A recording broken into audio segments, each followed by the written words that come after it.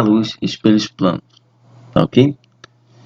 Vamos lá, a gente vai tentar abordar nessa etapa reflexão da luz em superfícies regulares e difusas, a lei da refração e espelhos planos, a formação de imagem, campo visual, translação e associação de espelhos.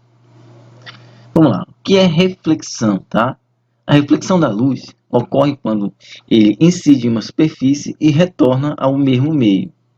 Que eu coloquei alguns exemplos do que é reflexão. Você tem uma superfície, vem o raio de luz, o que a gente vai representar por raio de luz, bate nessa superfície e reflete. Se a superfície for regular. No caso de uma superfície difusa, ou seja, superfície regular, a gente vai dizer que ela é lisinha, bem espelhada. A superfície difusa, ela é rugosa, não tão espelhada. Então, vem o raio de luz, vai bater e vai refletir também. Essa parte de reflexão da luz, não estamos estudando com refração, tá? Então, a luz bateu e vai refletir, beleza? A superfície refletora, plana e polida, com alto poder de reflexão, vamos chamar de espelhos, tá? Vamos chamar, no nosso caso, vamos estudar com espelhos planos, tá? Então, espelhos planos, a superfície refletora é produzida depositando-se uma película de prata numa das suas faces, tá? O vidro é apenas um suporte para o que verdadeiramente produz a reflexão, no caso é a película de prata. E a representação de um espelho, a gente vai colocar aqui, tá? Representação de um espelho, onde tem essas serrinhas aqui, significa que é a parte de trás do espelho, onde está lisa a parte da frente do espelho, tá? Ou seja, parte superfície refletora, superfície opaca. E quando fala superfície opaca, que não reflete luz, tá? E aqui é uma imagem do meu cachorro, tá? Aqui eu tirei essa foto dele aqui, em frente ao espelho, beleza? Então vamos ver algumas leis da reflexão, tá? Primeira lei da reflexão é com raio incidente, e aí raio incidente vai representar por RI, raio incidente, anormal, e o raio refletido, aí raio refletido vai ser RR, estão situados no mesmo plano, beleza? O que significa? Quando fala mesmo plano, é só de um lado do espelho, tá? Então, olha, raio incidente, bateu na superfície e tem o raio refletido. Anormal é essa reta que passa aqui no meio e faz um ângulo com 90 graus com a superfície. Isso é a nossa reta normal, beleza? A segunda lei é que o ângulo de reflexão, tá? R, é igual ao ângulo de incidência. Mas, presta atenção, esse ângulo é referente a normal, tá? Vou até mudar a cor aqui, botar uma cor bem roxinha aqui. É referente a esse ângulo aqui com a normal, tá? Então, esse ângulo aqui a gente vai chamar ângulo de incidência. E esse ângulo que reflete aqui, vou até colocar aqui uma outra cor, de verdinho, tá? É o ângulo refletido. Perfeito, pessoal? Vamos seguir aqui. Então vamos continuar, vamos ver aqui a formação de imagem em um espelho plano. Então você tem aqui a representação de um espelho, tá? Que está o objeto, o ponto A. Então desse ponto A, quando é apenas um ponto, vai sair a fonte de luz, tá? Vai bater no espelho e vai retornar. Perfeito? Então a imagem do ponto de luz vai estar à mesma distância que estava o objeto do espelho. Quando é um corpo extenso, tá? Quando é um corpo extenso, aí tem que fazer vários pontos para traçar linhas, que ele vai estar à mesma distância do espelho, ou seja, cada ponto vai estar à mesma distância para trás do espelho do que ele está para frente do espelho. Então vamos lá.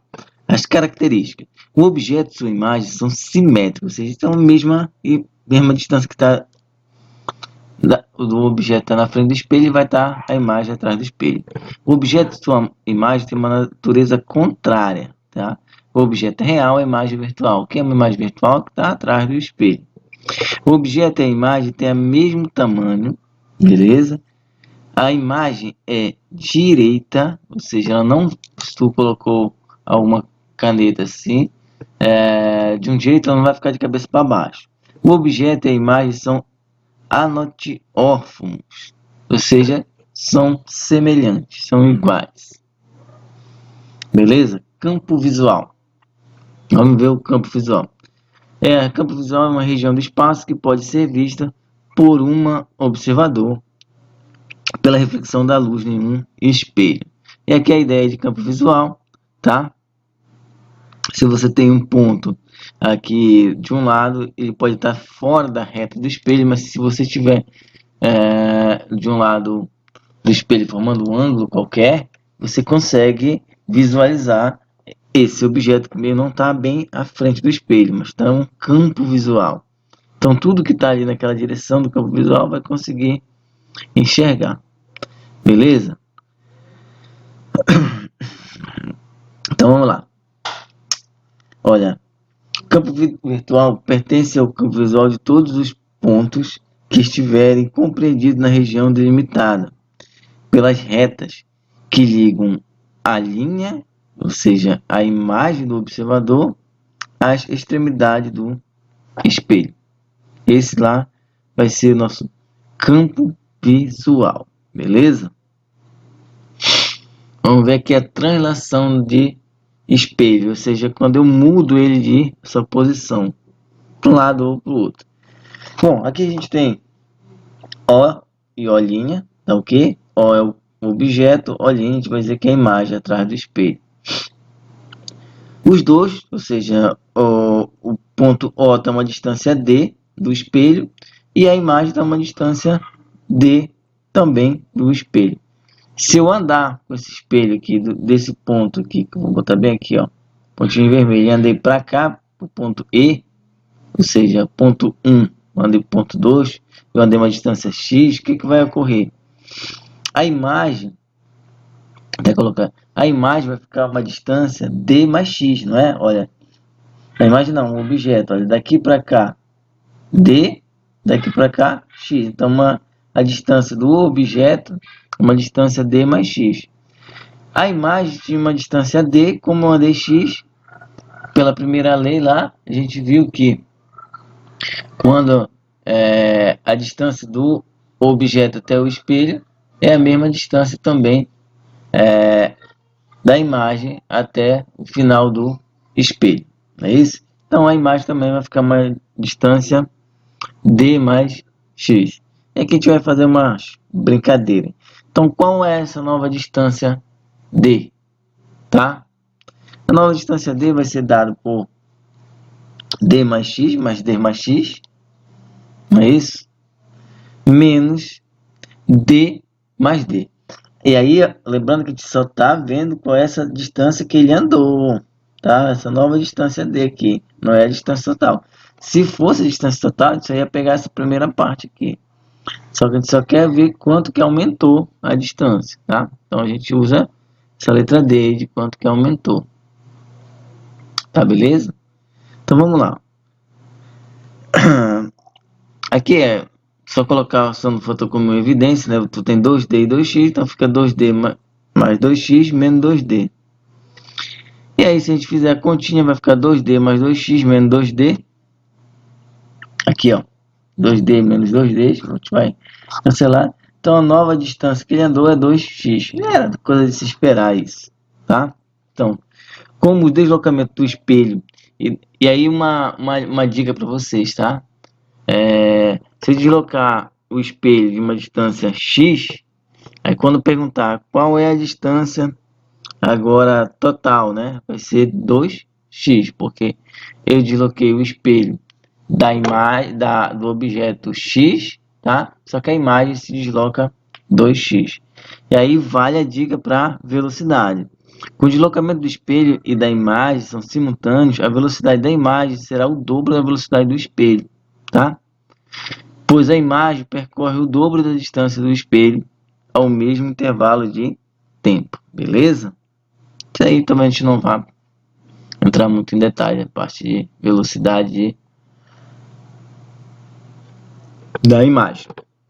Vamos lá ver a associação de espelho. E aí você pode até brincar na casa de vocês, tá? Pegar dois espelhos e colocar um encostado do outro e variar o ângulo. Seja um objeto um ponto entre dois espelhos formado entre si, um ângulo alfa, é possível calcular o número de imagens formada pela seguinte fórmula. N, que vai ser o número de imagens, tá? Número de imagens. Bem aqui, ó.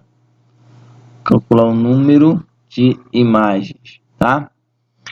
Alfa vai ser o ângulo entre os espelhos. Vou colocar aqui, ó. Ângulo entre os espelhos.